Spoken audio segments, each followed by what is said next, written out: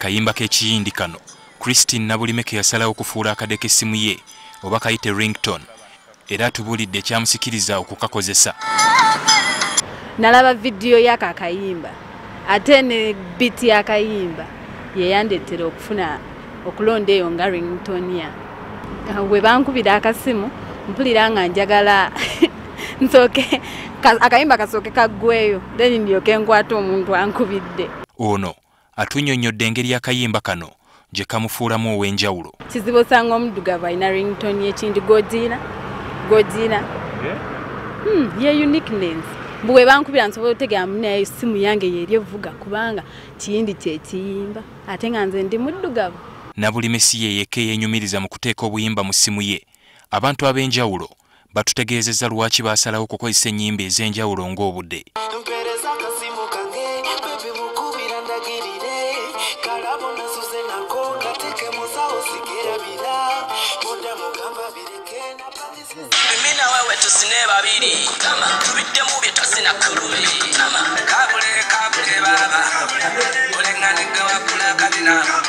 Essimu yange irimu akayimba kamuzesa radio olw'okuba yali muyimbi wange nga mwagala kati nesalawo gemba nteeka mu ringtone yange nga bakagikubako kavuga ne kamunjijjukiza. Biyitirivu buli muntu alina endowooza yoli ayinza okuba alina oluyimba nga alina kyajjukirirako. Ayinza okuba yeetaaga akadongo kamu, mulala alina omuyimbi wa amwagala ku mutima. Newe kavugira oba kati ngaffe abatambulira mu tekisi ng'omwo we kavugira muli nga kayimba kavuddeyo nga kali kiriya olaba nga buli omu akusimbye amaaso nga omulaba ali ape. Lwaki nateekamu Qur'ani eyo nti Qur'ani ddagala ekyo kyekisooka omuntu aba alina emizimuzimu ng'omuli kumpi Qur'ani eyo neesoma kimwanguyira emizimu egyo okumuvaamu. Alimala omukugu byendowooza n'okubudaabuda abantu agamba nti ennyimba abantu ze bakozesa mu ssimu zaabwe ng'obude zikola kinene nnyo okulaga embeera z'obulamu bwabwe na biki bye bakkiririzaamu. Kakati ringtone bw'eba evuze for example nga yanzikiriza omanyirawo nti oyo muki munnaddiini alabika ayagala nnyo eddiini. Bw'ebeera nga ya bidongo for example ng'abayimbi omanya nti maybe ali mu process ya muziki ali mu process yagenda era omulabirawo nti artist. John Sakunga akolera ku kizimbe kya Gazaland wano mu Kampala. Obulamu abubeezaawo na kussa nnyimba mu ssimu abantu basobole okuzikozesa ng'obude. Ringtone ezisinga okwettanibwa ze nnyimba z'Abannayuganda Bashiba, Chameleon, nimba kwega olimba oluba luyitiize Nigeria we batyo limba nga bulaba follow bwa Davido we butyo ezisinga okwettanibwa. Yaddenga ku mulimu guno kwalya Sakwagamba nti asanga obuzibu n'abayimbi abagamba nti tebafuna nnyimba zaabwe ezikola nga ringtone mu masimu g'abangi. Kati engabanya ya ssente yekyalemedde okwasaganya mu bayimbi naye nga twagala nnyo okubanga naffe tusasula omusolo ogwo. Muyimbi afune mu mulimu gwe n'eki kyalemeddwa ng'ekijja kikwasaganyizibwamu. Yaddenga bangi beenyumiriza mu kuteeka ennyimba mu masimu gaabwe.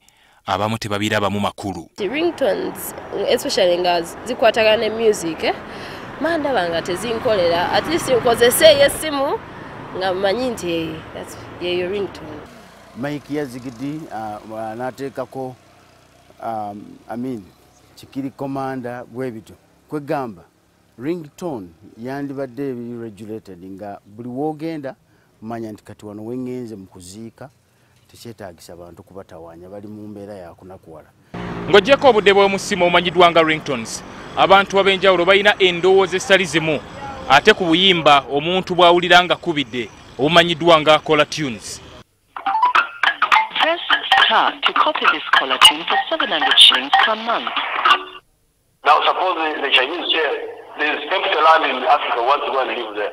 Kiba kibi nnyo okukubira omuntu essimu n'alwawo okukwata naye okubeerako akayimba ako mu butuufu nawe ofiiringa bulungi ne waba aluddewo okukwata tekikuyisa bubi nga bwe wandibadde nga tekuli kayimba. Okawuliriza mulina ofiiringa best. Oli bwe nkuba essimu ye ne kabeeramu ngamba ne waatagikwata kanjira mpuliriza akayimba obo n'ennyumirwa. Akayimba omuntu kawuliriza nga akukubidde essimu kayite caller tune kakusasulira era kampuni z'amasimu ze zirina obuvunaanyizibwa okubiteekamu. Abamu ku be twogeddeko nabo beemulugunya ku nkola y'amakampuni gano. Kampani zino ez'amasimu zigenda ne zikakuteeramu ku mpaka oba oli awo otaddeko airtime ne bakusalako olukaaga ate ne batakusindikira message oba lwaki basazeeko olukaaga olwo. Abamu ababuteeka ku masimu nga tubasabye kiba kitukulula bubi lwa nsonga gwogenda noteekako akasenteko nolowooza nti okalinako ate ogenda okulaba nga bakakusazeeko nebuuza kalazeewa.